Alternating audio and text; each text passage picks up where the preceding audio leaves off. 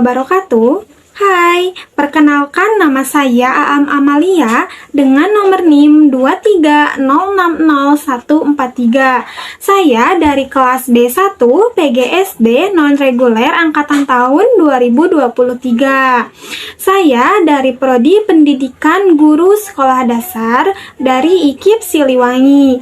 Di sini saya akan mengerjakan tugas UAS dengan mata kuliah Pendidikan Kewarganegaraan dengan dosen pengampu yaitu. Selamat menyaksikan.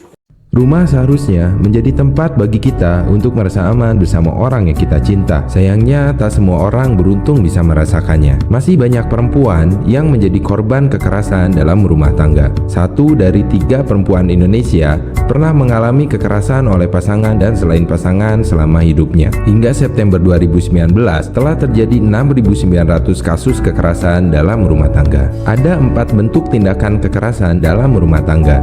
Yang paling mudah teridentifikasi adalah kekerasan fisik, karena dampaknya bisa terlihat kasat mata di tubuh korban. Ada pula kekerasan psikis, yaitu perbuatan atau ucapan berupa hinaan, ancaman, atau pengekangan yang efeknya mempengaruhi kondisi kejiwaan korban. Kemudian kekerasan seksual, bisa berupa pemaksaan aktivitas seksual atau menjauhkan dari kebutuhan seksual. Terakhir, penelantaran rumah tangga, yaitu ketika seseorang mengabaikan kewajiban untuk memenuhi kebutuhan hidup anggota keluarga atau tindakan membatasi dan melarang orang lain bekerja dengan layak, sehingga ada ketergantungan ekonomi dalam rumah tangga. Apa yang dialami korban KDRT bisa menurunkan kualitas hidup mereka dan membuat mereka sulit hidup mandiri.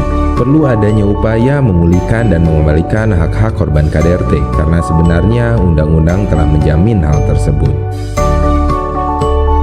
Pemerintah daerah, dan lembaga sosial harus bekerja sama untuk menyelenggarakan kegiatan dan fasilitas dalam pemulihan korban KDRT. Setelah benar-benar pulih, upaya pemberdayaan korban KDRT perlu dilakukan.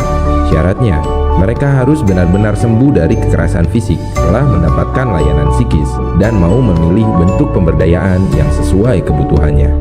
Korban KDRT, terutama mereka yang ditelantarkan, hidupnya dikuasai oleh orang yang menyisakan trauma. Namun, jika ia melepaskan diri, akan sulit baginya melanjutkan hidup. Perlu dilakukan upaya pemberdayaan ekonomi melalui berbagai program pembekalan dan pelatihan kemampuan yang harus dilakukan secara konsisten oleh pemerintah, didukung oleh program dan kebijakan guna mengembangkan potensi diri korban sampai ia bisa benar-benar mandiri. Agar berkelanjutan dengan baik, sektor privat bisa turut mendukung melalui penguatan kapasitas dan bantuan pekerjaan yang layak, maupun dengan pemberian modal usaha. Bagi yang perlu melanjutkan jenjang pendidikan, akan dilakukan dukungan pendidikan dan pengetahuan, seperti pemberian paket A, C, dan bentuk-bentuk pembekalan pengetahuan lain. Organisasi masyarakat juga bisa membantu melalui program dukungan bagi korban dan keluarga. Sedangkan masyarakat sekitar bisa mendukung korban KDRT dengan menawarkan hal-hal sederhana seperti pertemanan dan rasa saling menjaga antar sesama. Di luar itu semua, perlu ada upaya pencegahan agar tidak terjadi lagi kasus KDRT terhadap perempuan dan tidak terjadi pengulangan tindakan terhadap mereka yang pernah menjadi korban melalui pengaduan masyarakat, penjangkauan korban, pengelolaan kasus, penampungan sementara, mediasi, dan pendampingan korban. Korban KDRT bisa terus bertambah dan mungkin akan terus mencatatkan kisah sedih pada sebagian perempuan di Indonesia. Jadilah bagian dari orang pertama yang memberi dukungan bagi mereka untuk menuju manusia mandiri dan berkualitas tinggi. Seorang pria Tulungagung diamankan lantaran menjadi pelaku kekerasan dalam rumah tangga atau KDRT. Aksi KDRT itu dilakukan pelaku yakni Warsito 50 tahun terhadap istrinya yakni Sri Utami 43 tahun.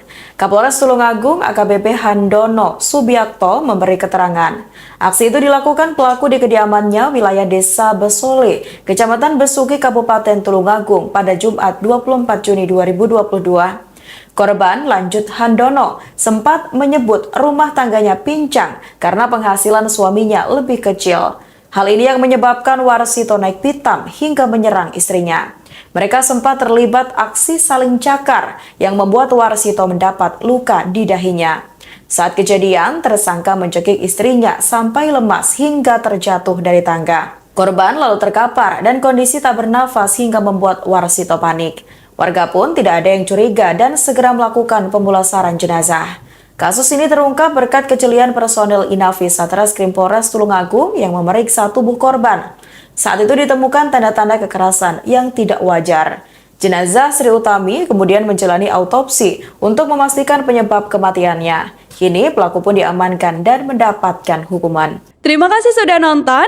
Jangan lupa like, subscribe, dan share ya.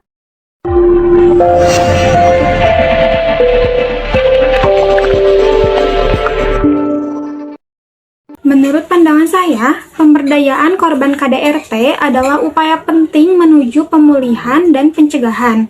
Pemberdayaan korban KDRT yaitu adalah langkah krusial dalam memerangi kekerasan dalam rumah tangga dan membantu para korban untuk bangkit kembali. Menurut pendapat saya, pemberdayaan korban KDRT itu bisa membangun kepercayaan diri karena korban seringkali merasakan trauma dan kehilangan rasa percaya diri. Hal ini membantu mereka untuk membangun kembali harga diri dan kepercayaan mereka. 2. Meningkatkan kemandirian, karena seringkali juga si korban KDRT ini bergantung secara finansial dan emosional pada pelaku. Pemberdayaan membantu mereka untuk menjadi lebih mandiri.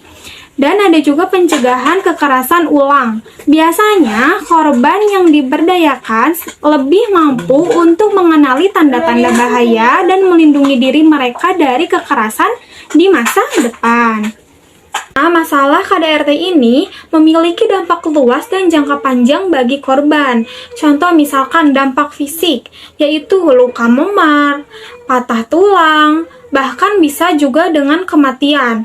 Dan ada juga dampak psikologis. Si korban bisa merasakan trauma, depresi, kecemasan, dan gangguan stres pasca trauma, atau bisa juga gila.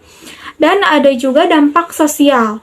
Dampak sosial ini seperti kayak isolasi sosial, kesulitan dalam membangun hubungan yang sehat, dan ada juga dampak ekonomi. Biasanya korban kehilangan pendapatan, kesulitan keuangan. Dan ada juga dampak pada anak-anak. Anak-anak biasanya yang menjadi saksi korban KDRT. Dan biasanya juga anak-anak mengalami resiko trauma, masalah perilaku, dan kesulitan belajar. Upaya pencegahan dan penanganan KDRT membentukkan pendekatan yang komprehensif dan melibatkan berbagai pihak, termasuk pemerintah. Pemerintah membuat dan menerapkan kebijakan yang efektif untuk mencegah dan menangani korban KDRT, menyediakan layanan yang mudah diakses, dan menindaklanjuti tegas si pelaku KDRT. Masyarakat sipil melakukan edukasi untuk meningkatkan kesadaran tentang KDRT dan mendukung korban, mendorong perubahan norma sosial yang deskriptif. Dan ada juga individu, mengembangkan hubungan yang setara dan saling menghormati dalam rumah tangga, serta berani untuk menentang dan melaporkan KDRT kepada yang berwajib.